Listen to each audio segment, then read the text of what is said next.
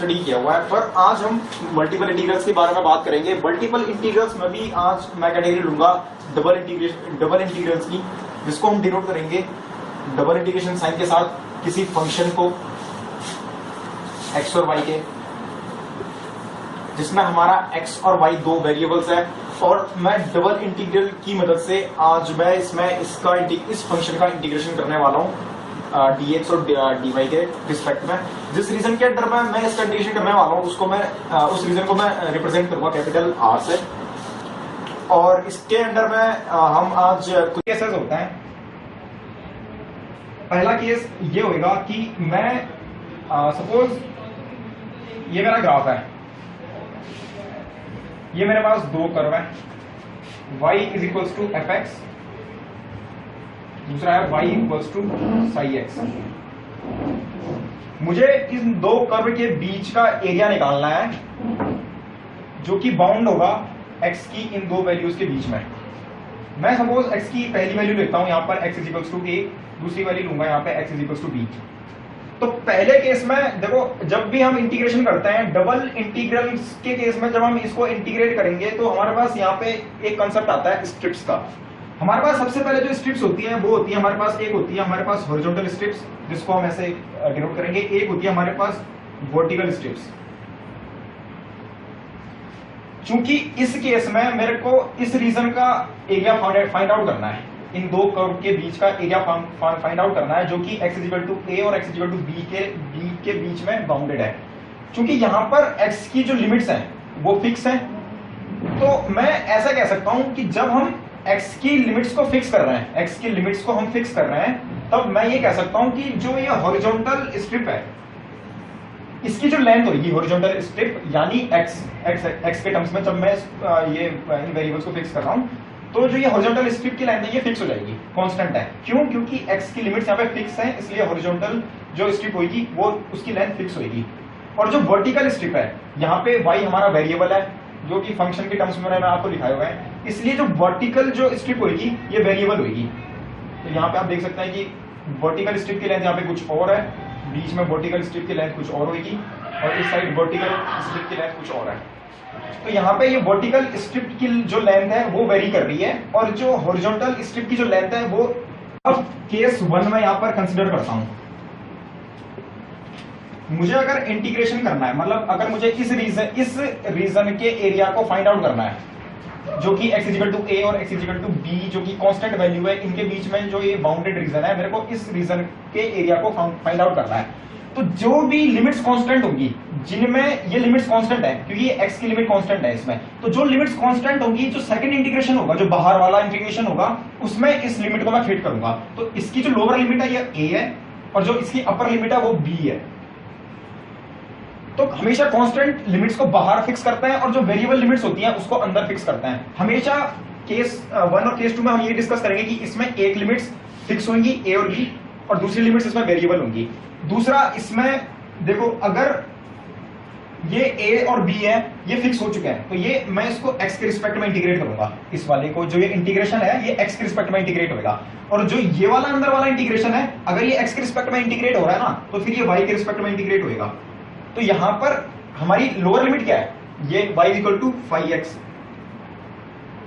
क्योंकि मुझे इन दोनों कर्व्स के बीच का इस एरिया को फाइंड आउट करना है। तो 5x है और ऊपर जो अपर लिमिट आएगी ये आएगी fx। यहां पे मेरा एरिया कुछ भी हो सकता है, तो dx dy से मैं इसको रिप्रेजेंट कर सकता हूं।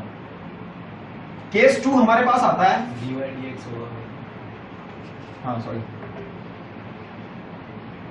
ये हमारे पास d1 में मैंने ये डिस्कस किया था कि जो कांस्टेंट लिमिट्स है उसको सेकंड इंटीग्रेशन में डालेंगे, बाकी जो वेरिएबल लिमिट्स है उसको फर्स्ट इंटीग्रेशन में डालेंगे। तो और इसको सबसे पहले ये y के रिस्पेक्ट में इंटीग्रेट होगा। सबसे पहले उसके रिस्पेक्ट में इंटीग्रेट करो जिसकी लिमिट, केस 1 में मैंने ये डिस्कस किया था कि अगर हमारे पास x की जो लिमिट्स हैं अगर ये फिक्स हैं और y की लिमिट्स को अगर मैं वेरिएबल रख रहा हूं, मतलब मैं y की वेरिएबल को वेरिएबल रख रहा हूं, मतलब मैं वर्टिकल स्ट्रिप को वेरिएबल रख रहा हूं, वर्टिकल स्ट्रिप की लेंथ को मैं वेरिएबल रख रहा हूं। आप इसमें देख सकते हैं वर्टिकल स्ट्रिप की लेंथ ये वेरिएबल है हर पॉइंट पे, और जो हॉरिजॉन्टल स्ट्रिप की लेंथ है ये कांस्टेंट है क्योंकि ये बाउंडेड है इस रीजन a और b के बीच में। तो इस केस में सबसे पहले x लिमिट्स आएंगी a से लेके b तक x के रिस्पेक्ट में, बाद में y के रिस्पेक्ट में, ये आ चुका है। सेकंड केस में डिस्कस करने जा रहा हूं, इसमें भी डबल इंटीग्रेशन होगा। अब की बार मैं यहां पर इस जो बाहर वाला इंटीग्रेशन है ना, इसको मैं y के रिस्पेक्ट में कर रहा हूं। इसका मतलब y की जो लिमिट्स हैं वो कांस्टेंट है। मान के चलो y की लिमिट्स मैं a से लेके b तक चल रहा हूं और ये x के रिस्पेक्ट में होगा ये वाला इंटीग्रेशन। इसको मैं लिख रहा हूं x is equals to 5y और x is equals to 5y, ये fy आएगा इनटू, अब की बार ये dx के रिस्पेक्ट में पहले इंटीग्रेट होएगा, बाद में dy के रिस्पेक्ट में इंटीग्रेट होएगा। तो सेकंड केस में जब मैं देखा कि इसमें मैं अगर ग्राफिकली करके मैं इसको रिप्रेजेंट करूं तो इसमें देखो बाहर की जो वैल्यू है ये y के रिस्पेक्ट में इसको मैं इंटीग्रेट कर रहा हूं, तो बाहर वाला जो इंटीग्रेशन है वो a से लेके b तक बाउंड है। तो मैं इसको पहले y के रिस्पेक्ट में करूंगा, तो a से लेके b तक y equals to a, y equals to b ये हो गया। इसमें जो अंदर वाला इंटीग्रेशन है उसमें दो कर्व्स होंगे जिसमें y वेरिएबल होगा। तो इस केस में अब देखो जो कांस्टेंट लिमिट्स होती हैं वहां से हम एक स्ट्रेट लाइन ऐसे खींचते हैं कर्व के तरफ, और हमें इस कर्व का एरिया निकालना होगा। जो ये कर्व हमारे पास ये रीजन प्रेजेंट है, हमें इस रीजन का हमें एरिया फाइंड आउट करना होगा। तो इसमें मैं इसको ऐसा लिख सकता हूं y ये होएगा fy। तो ये मेरे को अब इस रीजन का एरिया मेरे को फाइंड आउट हो जाएगा इसकी मदद से।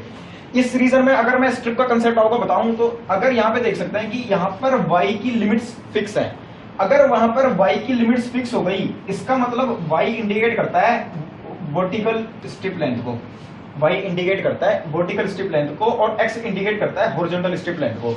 यहाँ पर y की लिमिट्स फिक्स हैं, इसका मतलब यहाँ पर जो ये वर्टिकल स्ट्रिप लेंथ है ये फिक्स होगी। y की लिमिट्स फिक्स हैं, इसका मतलब वर्टिकल स्ट्रिप लेंथ फिक्स होगी। यहाँ पर हमारे पास x में वेरिएबल है क्योंकि यहाँ पर x चेंज हो सकता है, इसलिए यहाँ पर जो ये हॉरिजॉन्टल स्ट्रिप होगी ना ये चेंज होती रहेगी। आज यहाँ पे हॉरिजॉन्टल लेंथ की कुछ और वैल्यू है, यहाँ पर हॉरिजॉन्टल स्ट्रिप लेंथ की कुछ और वैल्यू है। तो यहाँ पर वर्टिकल स्ट्रिप लेंथ फिक्स है और जो हॉरिजॉन्टल स्ट्रिप लेंथ है वो वेरिएबल है। केस 1 और केस 2 के बाद हम आते हैं, मैं आपको अब कुछ ऐसे एग्जांपल्स कराने जा रहा हूँ, एक अलग अलग वैरायटी के एग्जांपल्स मैं आपको कराने जा रहा हूँ। यहाँ पर हमारे पास एक एक्सपोनेंशियल फंक्शन है जहां पर जो वेरिएबल्स हैं वो x और y है और मुझे इस रीजन के बीच में इस इंटीग्रेशन का मेरे को वैल्यू पता करनी है। रीजन मेरे पास ये है x is equal to 0, y is equal to 0 और x plus y equals to 1। अगर मैं सबसे पहले देखो क्वेश्चन हमारे पास अगर कभी भी ऐसा आ जाए ना तो हमको इसकी लिमिट्स पता नहीं है, तो सबसे पहले हम इसकी लिमिट्स को फाइंड आउट करेंगे कि कहां से कहां तक मेरे को ये इंटीग्रेट करना है। वो लिमिट्स आएंगी इन रीजंस का इनको यूज करके। तो सबसे पहले मैं इन रीजंस को प्लॉट करूंगा।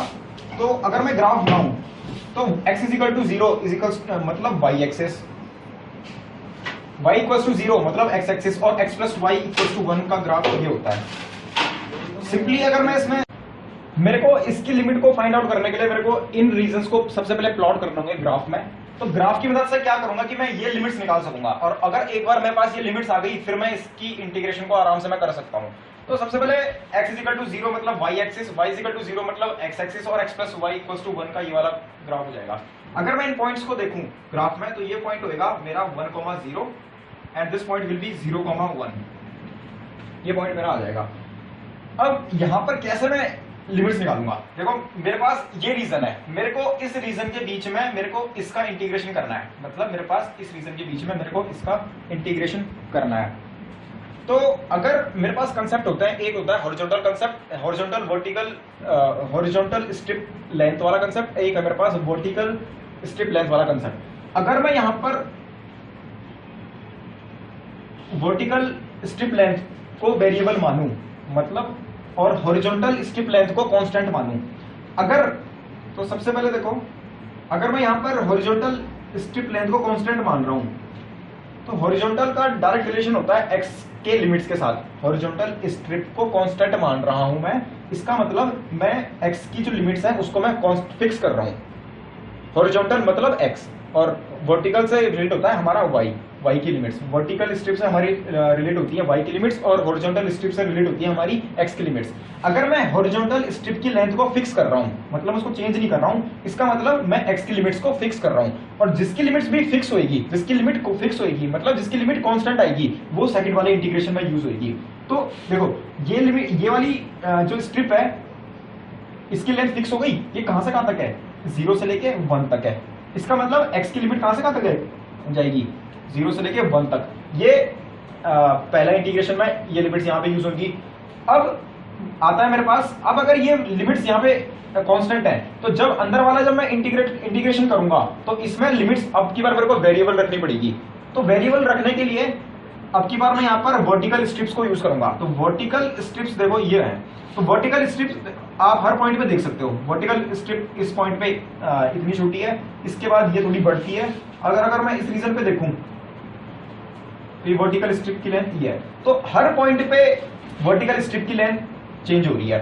तो देखो लिमिट मैं कैसे निकालूंगा अब इस वाले की, मैं इसकी जो लोअर लिमिट होगी, इस वाले अंदर वाले की जो लोअर लिमिट होगी, वो लोअर लिमिट होगी इस वर्टिकल स्ट्रिप लेंथ का स्टार्टिंग पॉइंट।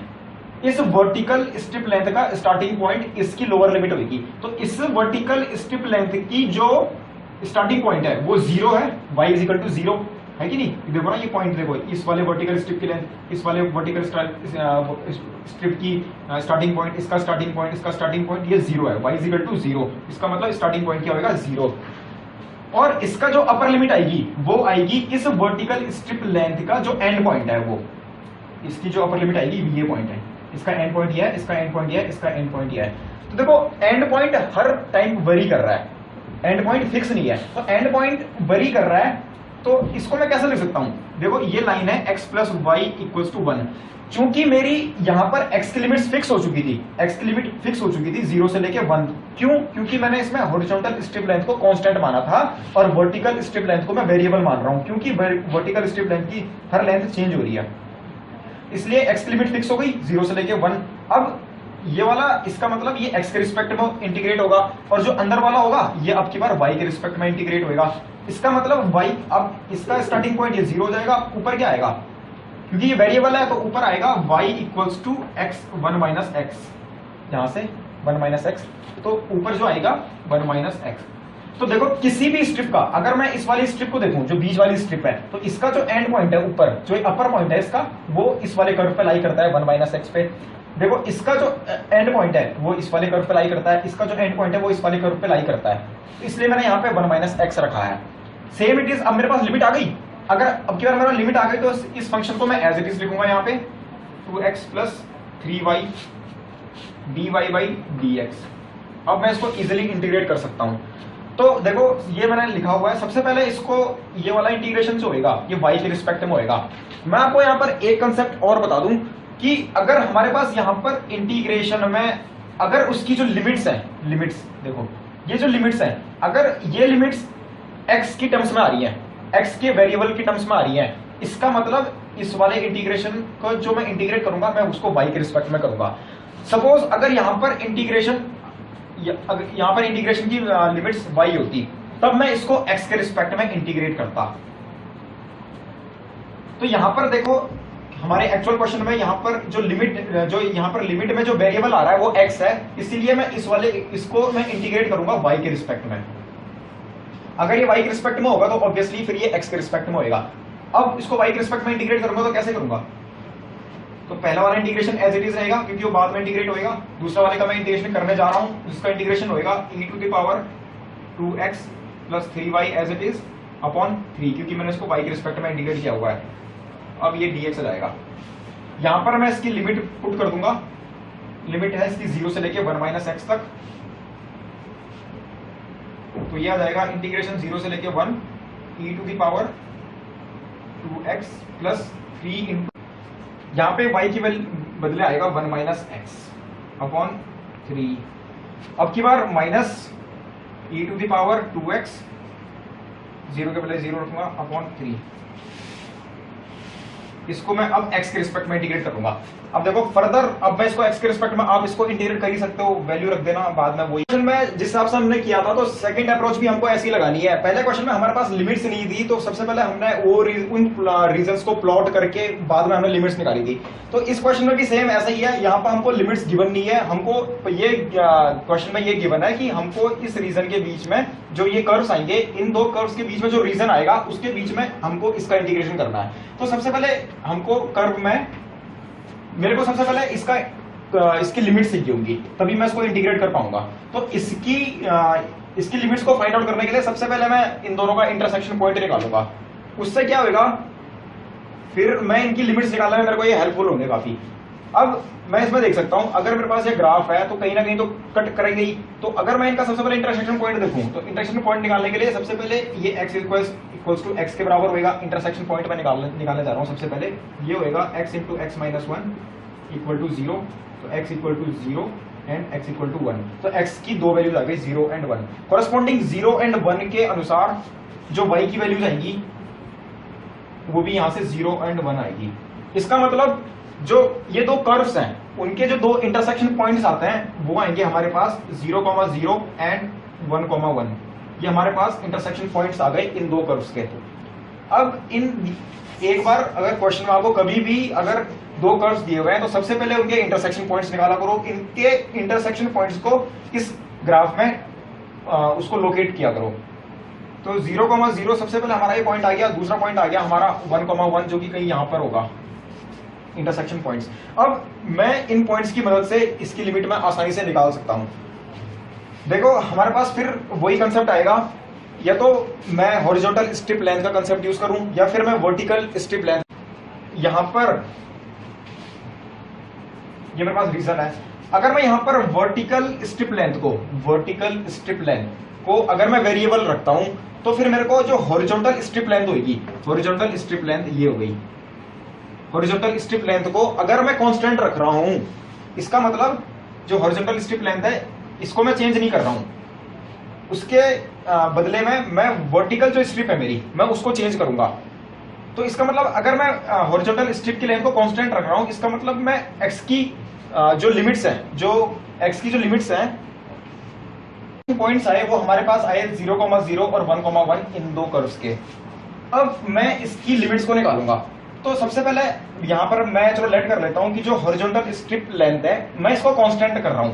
अगर हॉरिजॉन्टल स्ट्रिप लेंथ को मैं कांस्टेंट कर रहा हूं तो हॉरिजॉन्टल रिजेंबल करता है x की लिमिट्स को, और अगर मैं हॉरिजॉन्टल स्ट्रिप लेंथ को कांस्टेंट कर रहा हूं इसका मतलब मैं x की लिमिट्स को कांस्टेंट कर रहा हूं। तो x की लिमिट्स कहां से कहां तक है, ये 0,0 है, तो कॉरेस्पॉन्डिंग ये वाला जो पॉइंट होगा ये होगा 1,0। तो x की लिमिट्स कहां तक हो जाएंगी, x इज इक्वल टू 0 से लेके x इक्वल टू 1 तक। इसका मतलब, और जो कांस्टेंट लिमिट होगी वो सेकंड इंटीग्रेशन के लिए यूज होंगी। तो जो कांस्टेंट लिमिट होगी वो x की मैंने यहाँ पे मानी है। क्यों मानी है, क्योंकि मैंने हॉरिजॉन्टल स्ट्रिप लेंथ को मैंने कांस्टेंट माना है, इसलिए x की जो लिमिट्स है कांस्टेंट हो जाएंगी, वो होगी 0 से लेके 1 तक। नाउ अब मेरे को फाइंड आउट करना है अंदर वाली इंटीग्रेशन, जो मैं इस वाले इंटीग्रेशन की अब मेरे को लिमिट्स फाइंड आउट करनी है। तो अगर ये कांस्टेंट है तो इसका मतलब अंदर वाली वेरिएबल आएंगी, तो ये वाला जो इंटीग्रेशन होगा ये x के रिस्पेक्ट में होगा। क्यों, क्योंकि ये लिमिट्स 0 से लेके 1 तक ये x की हैं इसके अनुसार। अब मेरे को अब जो लिमिट्स आएंगी ऑब्वियसली अगर ये कांस्टेंट है तो जो अंदर वाली लिमिट्स आएंगी वो अब वेरिएबल लिमिट्स आएंगी। तो अब मैं ग्राफ को 0 से लेके 1 तक प्लॉट तो कर रहा हूं, पर किन दो कर्व्स के बीच में प्लॉट कर रहा हूं मेरे को वो भी तो लेना पड़ेगा। तो मैं इनको इस दो कर्व्स के बीच में इस ग्राफ को मैं प्लॉट करूंगा और उस ऑब्वियसली y के रिस्पेक्ट में इंटीग्रेट होगा। तो देखो 0 से लेके 1 तक मैंने इंटीग्रेट तो कर लिया इसको। अब की बार देखो दो कर्व्स भी है मेरे को, तो कर्व्स के बीच का मेरे को इंटीग्रेशन करना है ना। तो इसमें वेरिएबल देखो, इसमें अगर लिमिट्स कांस्टेंट आएगी तो ऑब्वियसली इसमें आपकी बार लिमिट्स वेरिएबल आएंगी। तो वो वेरिएबल लिमिट्स कौन सी हैं, आपकी बार ये y के रिस्पेक्ट में होगा ना इंटीग्रेट। तो y equals to x square से इंटीग्रेट करना है, क्योंकि मुझे इन दो कर्व्स के बीच के रीजन का फाइंड आउट करना है, मतलब इसके बीच में इस इंटीग्रेशन को फाइंड आउट करना है। तो एक्स स्क्वायर से लेके x तक मैं इसको इंटीग्रेट करूंगा, क्योंकि मेरे को इन दो कर्व के बीच में इंटीग्रेट करना है इसको। तो ये आएगा साथ में अब की बार ये x y into x plus y d y d x as it is आएगा। यहां पर मैंने अब कंफ्यूजन ये रहेगा कि एक्स स्क्वायर नीचे क्यों आया और एक्स नीचे क्यों, एक्स ऊपर क्यों आया। देखो जो रीजन है ये 0 से लेके 1 तक बाउंडेड है। ये जो रीजन है 0 से लेके 1 तक बाउंडेड है। y के टर्म्स में देखा जाए तो 0 से लेके 1 तक ये बाउंडेड है। तो जो भी चीज आएगी देखो 0 से लेके 1 के बीच में, 0 से लेके 1 के बीच में एक्स स्क्वायर वाली जो क्वांटिटी है वो छोटी होगी एक्स से। और इंटीग्रेशन मतलब होता है छोटे से लेके उसको सम करके उसको इंटीग्रेट करके बड़ा करना। इंटीग्रेशन का मतलब ये होता है। तो छोटा वाला मतलब एक्स स्क्वायर 0 से लेके 1 वाले रीजन में, 0 से लेके 1 वाले रीजन में, और बड़ा वाला मतलब एक्स। तो यहां एक्स स्क्वायर से लेके एक्स तक मैं इंटीग्रेट करूंगा इस पूरी टर्म को। ये होगा वाई के रिस्पेक्ट में इंटीग्रेशन। तो जो मैंने कंसेप्ट आपको बताया था, देखो इस वाले इंटीग्रेशन वाले, देखो इस वाले इंटीग्रेशन में जो ये वेरिएबल है ये एक्स है, जो लिमिट्स हैं वो वेरिएबल एक्स है। तो इसका मतलब ये इसके रिस्पेक्ट में इंटीग्रेट होगा जो एक्स के जस्ट अपोजिट है। एक्स के जस्ट अपोजिट कौन है? वाई। तो वाई के रिस्पेक्ट में ये इंटीग्रेट होगा। अगर यहाँ पर सपोज वाई स्क्वायर होता, यहाँ पे वाई होता, तब मैं इसको इंटीग्रेट करता एक्स के रिस्पेक्ट में। पर क्वेश्चन के अनुसार ये अगर y के रिस्पेक्ट में इंटीग्रेट हो रहा है तो ऑब्वियसली x के रिस्पेक्ट में इंटीग्रेट होगा। अब की बार मैं इसको सिंपल इंटीग्रेशन से इसको मैं इंटीग्रेट कर दूंगा। इस पूरी टर्म को मैं सिंपल इंटीग्रेशन से इंटीग्रेशन में हम क्या करेंगे कि सपोज हमारे पास जैसे ये डबल इंटीग्रेशन था, और अगर मैं इस पर लिमिट 0 से लेके 1 ले रहा हूँ पहली लिमिट, पहली इंटीग्रेशन की, और दूसरी लिमिट पे ले रहा हूँ x से, और सपोज चलो x स्क्वायर के बीच में अगर मैं कुछ लिमिट ले रहा हूँ और ये कुछ फंक्शन है एक्स वाई का dy dx। तो देखो पहले इंटीग्रेशन में ये जो इसमें जो वेरिएबल, इसमें जो लिमिट्स आ रही है उसका जो ये वेरिएबल है ये x का वेरिएबल है। तो x का जो अपोजिट होता है वो होता है y। इसका मतलब ये वाला इंटीग्रेशन होगा y के रिस्पेक्ट में। अगर ये y के रिस्पेक्ट में होगा इसका मतलब ये वाला इंटीग्रेशन होगा x के रिस्पेक्ट में। तो change of order of integration का मतलब होता है कि अब की बार जो ये बाहर वाला x के रिस्पेक्ट में हो रहा था, अब आज की ये अब y के रिस्पेक्ट में होगा। अब ये वाला इंटीग्रेशन, बाहर वाला इंटीग्रेशन y के रिस्पेक्ट में होगा, और जो अंदर वाला होगा वो x के रिस्पेक्ट में होगा। जो ये फंक्शन अंदर लिखा होगा वो एज इट इज रहेगा। पर अब की बार ऑर्डर चेंज हो रहा है ना, तो इस वजह से ये dx यहां जाएगा और dy इधर हो जाएगा। और जो लिमिट्स है इसकी वो अब ये लिमिट्स भी अब चेंज हो जाएंगी। तो लिमिट्स कुछ भी हो सकती हैं, वो लिमिट्स अब हम आगे एग्जांपल्स के थ्रू ऑर्डर इन इंटीग्रेशन के मैं अब एग्जांपल्स आपके सामने रखने वाला हूं। तो सबसे पहला एग्जांपल है ये क्वेश्चन है, ये हमारा फंक्शन है जिसमें x और y दो वेरिएबल्स हैं, मेरे को इसको इंटीग्रेट करना है इनके बीच में। तो इंस्टेड ऑफ इन लिमिट्स के बीच में मैं इसको इंटीग्रेट करूं, मैं जस्ट जो change of order of integration है मैं उसकी मदद से ये लिमिट्स चेंज कर दूंगा और ऑर्डर को चेंज कर दूंगा। तो मैं ये ऑब्जर्व करूंगा कि लिमिट्स को चेंज करने के बाद और ऑर्डर को चेंज करने के बाद जो हमारा आंसर आता है वो हमारा एग्जैक्ट आंसर सेम आता है। तो यहां पर आप देख पा रहे हैं कि जो पहले इंटीग्रेशन में जो ये लिमिट्स है, ये लिमिट ये x है, जो इसमें वेरिएबल x आ रहा है, तो जस्ट x का जो अपोजिट होता है वो होता है y। तो y के रिस्पेक्ट में सबसे पहले मैं इसको इंटीग्रेट, ये y के रिस्पेक्ट में इंटीग्रेशन होगा। क्यों? क्योंकि यहाँ पर वेरिएबल x है और x का अपोजिट y होगा, तो इसलिए y के रिस्पेक्ट में पहले इसका इंटीग्रेशन होगा। अगर ये y के रिस्पेक्ट में है इसका मतलब फिर ये x के रिस्पेक्ट में इंटीग्रेट होगा। Change of order of integration के दौरान यहाँ पर अब की बार मैं इसको ऑर्डर चेंज करने वाला हूं। तो ऑर्डर चेंज करने वाला हूं, तो जो बाहर वाला इंटीग्रेशन था पहले टाइम पे वो x के रिस्पेक्ट में था, अब की बार ये y के रिस्पेक्ट में होएगा, और जो अंदर वाला होएगा ये x के रिस्पेक्ट में होएगा। फंक्शन अंदर एज इट इज सेम रहेगा और जो ये ऑर्डर है ये चेंज हो जाएगा। यहां पर लिमिट चेंज हो जाएगी। अब मेरा मेन मोटो है लिमिट को फाइंड आउट करना। अगर एक बार मेरा लिमिट को फाइंड आउट करना हो जाएगा तो उसके बाद तो इंटीग्रेशन फिर आप लोग कर पाओगे आराम से। तो इसमें मैं देख पा रहा हूं कि x जो वेरी कर रहा है 0 से लेके a तक। सबसे पहले ऐसे क्वेश्चंस में ऐसा ये नोट कर लीजिए आप, x equals to 0 then x equals to a। आगे यहां पर y equals to x by a and y equals to under root of x by a।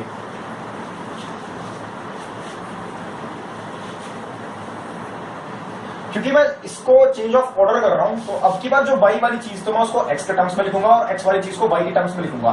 तो यहां से देखो ये होएगा x equals to a y, और ये होएगा इसका स्क्वायर करके जो x आएगा यहां से equals to a y square.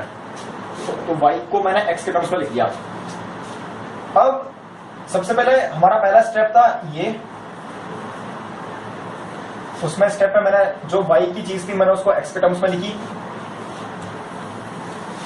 अब यहां पर हमारी जो कांस्टेंट वैल्यू थी x की, उन कांस्टेंट वैल्यूज को मैं इसमें डाल के y की डिफरेंट वैल्यूज निकालूंगा, क्योंकि यहां पर सबसे पहले हमारी x की कांस्टेंट वैल्यूज थी, आज के टाइम पे यहां पर y की कांस्टेंट वैल्यूज आएंगी। तो y की कांस्टेंट वैल्यूज निकालने के लिए मैं यहां पर इनकी वैल्यूज को यहां पुट करूंगा। जब x 0 होगा तब इस वाले इक्वेशन में y की वैल्यू आएगी 0।